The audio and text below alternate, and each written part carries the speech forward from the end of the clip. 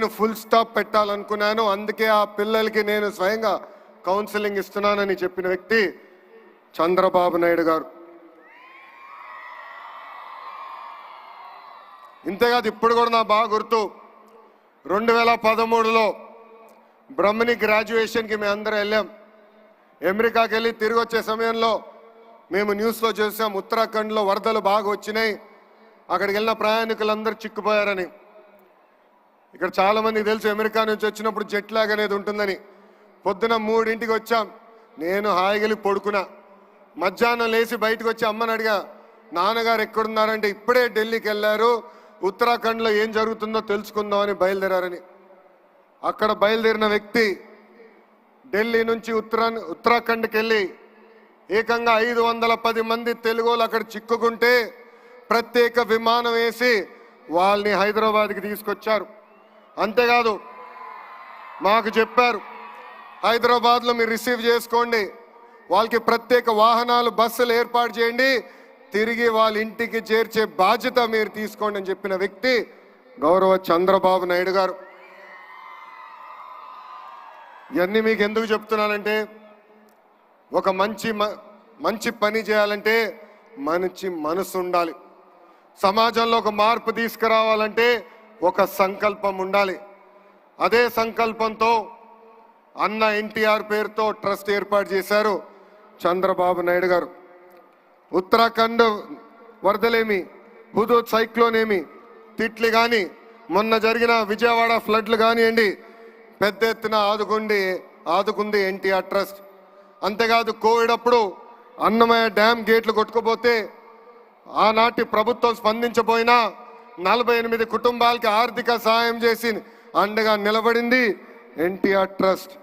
ఇంతేకాదు, Covid వచ్చినప్పుడు మాస్కులు, మందులు, ఆక్సిజన్ కాన్సన్ట్రేటర్లు కూడా అందించింది మన ఎన్టీఆర్ ట్రస్ట్.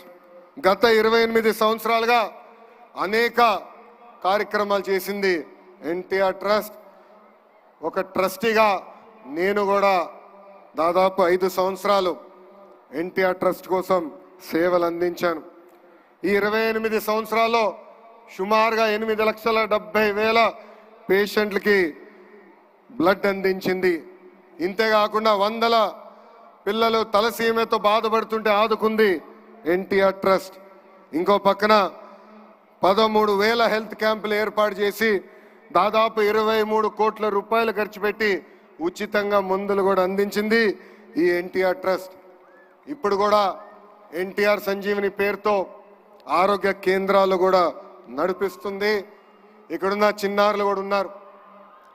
2020 మంది చిన్నారులు ఎవరైతే తల్లిదండ్రులు కోల్పోయారో సొంత బిడ్డలుగా ఆదుకుని వాళ్ళ కష్ట సుఖాలు తెలుసుకుని కేవలం 10వ తరగతి వరకు కాదు, ఇంటర్, హైయర్ ఎడ్యుకేషన్ మొత్తం చదివించి వాళ్ళ జీవితాలను కూడా సెటిల్ చేసింది ఎన్టీఆర్ ట్రస్ట్.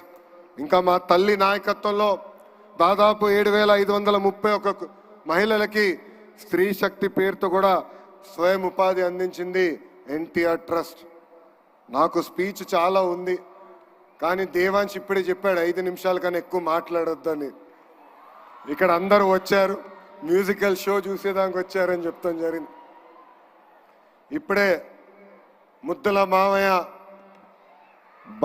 బాలమామయ్య చెప్పినట్లు ఒక పక్కన బస్వ తారకం, ఇంకో పక్కన ఎన్టీఆర్ ట్రస్ట్ చాలా అద్భుతంగా తెలుగు ప్రజల కోసం అహర్నిశలు సేవ చేస్తున్నారు. ఇంత అద్భుతమైన అవకాశం, ఇంత చక్కటైన అవకాశం ఆంధ్ర రాష్ట్ర ప్రజలు మా కుటుంబానికి ఇచ్చినందుకు జీవితాంతం మేము రుణపడి ఉంటాం. ఇంతేకాదు, రాబోయే రోజుల్లో ఎన్టీఆర్ ట్రస్ట్ మా తల్లి భువనేశ్వరి నాయకత్వంలో పెద్ద ఎత్తున బ్లడ్ బ్యాంకులు కూడా ఏర్పాటు చేస్తాం. నేను అహర్నిశలు వాళ్ళు చెప్తున్నా, బ్లడ్ రీసెర్చ్ ఇన్స్టిట్యూట్ కూడా ఏర్పాటు చేస్తాం. బ్లడ్లో అగ్రస్థానం రీసెర్చ్ చేసే బాధ్యత ఎన్టీఆర్ ట్రస్ట్ తీసుకుంటుందని సభాముఖంగా తెలుగు ప్రజలందరూ తెలుపుకుంటున్నారు.